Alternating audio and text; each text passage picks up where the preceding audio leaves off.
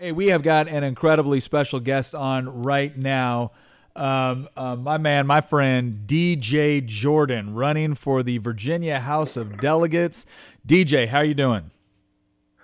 I'm doing all right, Nick. It's an honor to be on the show with you, man. You sound real good on this show host thing, man. I'm telling you what, I'm getting into it. In fact, I might set up my own show here pretty soon, but only if I can steal Kiara away from John. So I'll have to offer better money.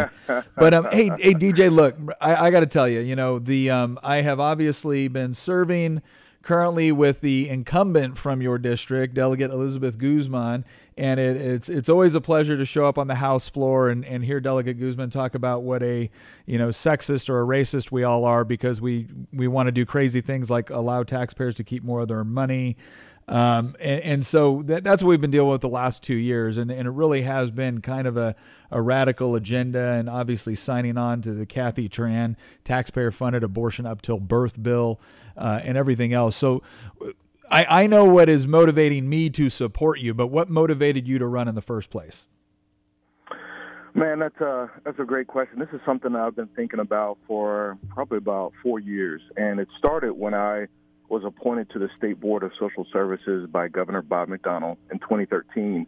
And he appointed me because I'm a foster parent. I've adopted from foster care, and he wanted to have people on that board who kind of understood the foster care system, which is a passion of his. And when I was on that board, I just learned so much just about public policy and about people and helping those in poverty, which is a great passion of myself and my wife. And I began to ask questions about a number of the programs that I had a front row seat at how they were operating and how they were impacting people. And I saw some programs that helped Virginians lift themselves out of poverty, but I saw way more programs that actually created government dependency and ended up hurting families. And I would ask, so can we pass a regulation on that? Can we vote on that? That needs to be repealed. And over I got the response, you don't have authority over that. The state legislature has authority over that.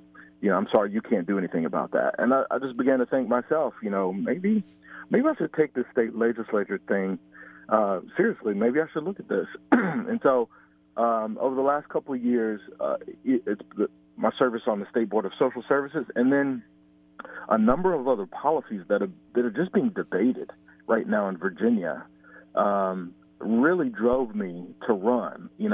We're talking about the issue of socialism like it is a real policy that's going to help people. We're talking about indoctrination of our children in public education. We're talking about a whole host of things that I never thought I would hear Virginians talking about. So I had to get into the game. Well, yeah, no, and you're absolutely right. It's hard to imagine that in the Commonwealth that produced Washington and Henry and Madison and Jefferson and Mason, we're now seriously having delegates and state legislators talk about socialism as if it's just a great idea. Right. So some of the, obviously, look, I think one of the things that impressed me about you so much as a candidate was your story. It was the idea. It was what you believe, but it was the fact that, like you said, you were involved in the various social programs within Virginia, and Governor McDonnell picked you because you were someone that was actually raising a foster child, had adopted out of the foster care system. You've seen firsthand some of these programs that we put forward and what we're doing wrong, what we're not doing, what we're doing right, and what we're not doing right. But that was one of the things that impressed me. You live out what you believe. So when DJ Jordan says, I don't think the government should be doing something, it's not because you don't think anything should be done. It's because you and your wife decided to take a personal responsibility in order to help someone, in order to bring community, in the case of a foster child, in order to bring community and bring family to a child that needed it. So tell us a little bit more about how your political philosophy formed and what you want to take to Richmond with you. Well, I was raised, in the Tidewater area where John Fredericks headquarters is. So, born in Suffolk, raised in Chesapeake and Virginia Beach. So the show's broadcasted in my hometown. But, I was raised by a father who himself lifted himself out of poverty. And I basically am who I am today because of my father and my mother and their story. They were raised in a poor neighborhood. And when he had me, he decided that he was going to go a different path. My mom was actually 17 years old when she had me. And most people who might be born to a poor 17-year-old teenager who dropped out of school, you would assume that they would just repeat the same cycle of poverty, but that wasn't my dad's plan. So that within 2 or 3 years of me being born, my dad went to college, got an academic scholarship. He got a successful job out of college, and he decided that I'm going to take care of my family, and we will not live the same life of poverty that I lived as a child. And within 10 years after graduating college, he started his own small business. And so I'm the oldest of 6 kids, and me and my brothers and sisters have had an incredible opportunities in our life because of my dad's commitment to education, to family and father responsibility, and entrepreneurship.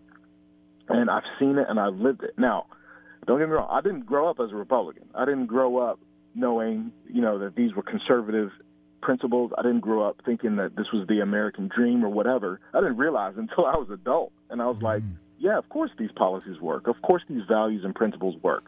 And I just think it's important for the government to honor that and to spur people to actually rise up out of their situation rather than to make them think that they need to stay in that situation. And if you look at our welfare programs in America today, the federal government spends about $600 billion on welfare. And our poverty rate today is lower because the economy is a little bit better, but it hovers between 10 and 15%.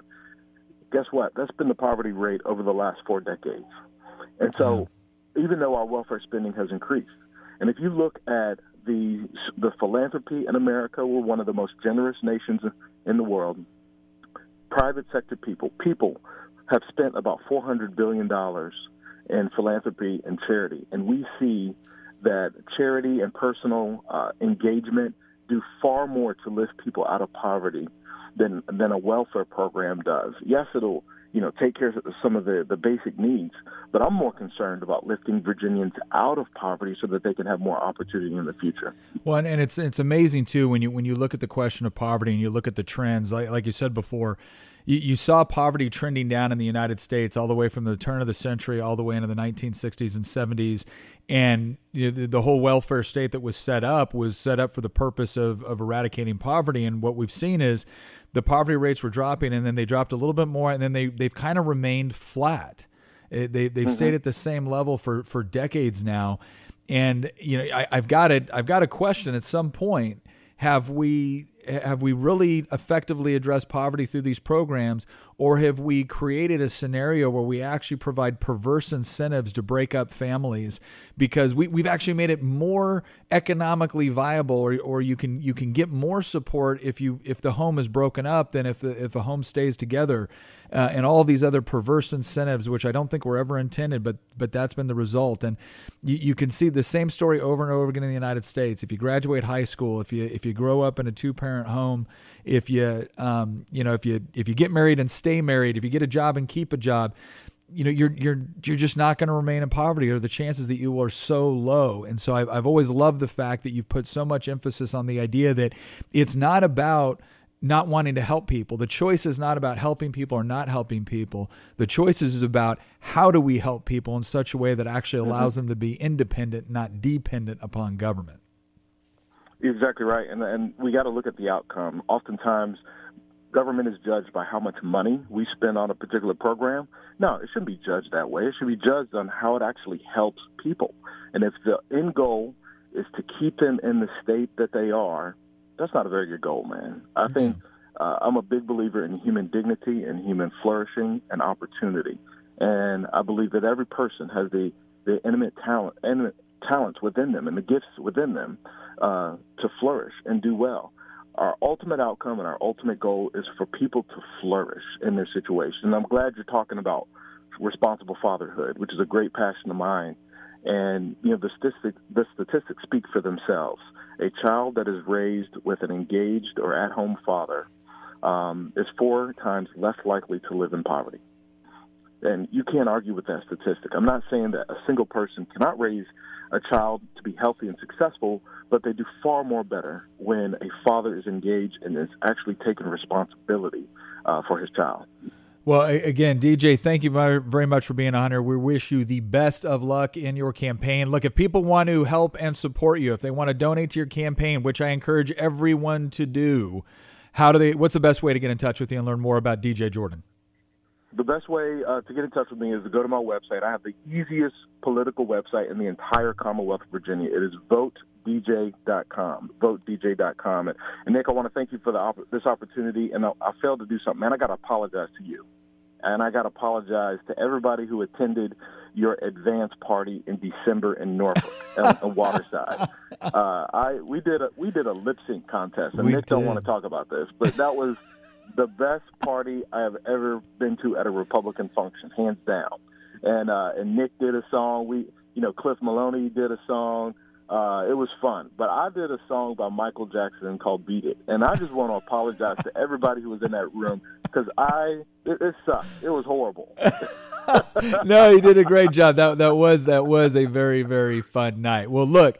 All I'm going to say is I'm with the DJ, right? I am with DJ Jordan. This guy is going to be a great member of the House of Delegates. Please go visit his website. DJ, thank you very much for being on with us, and we look forward to tracking your campaign. All right, bro. Thanks for the opportunity.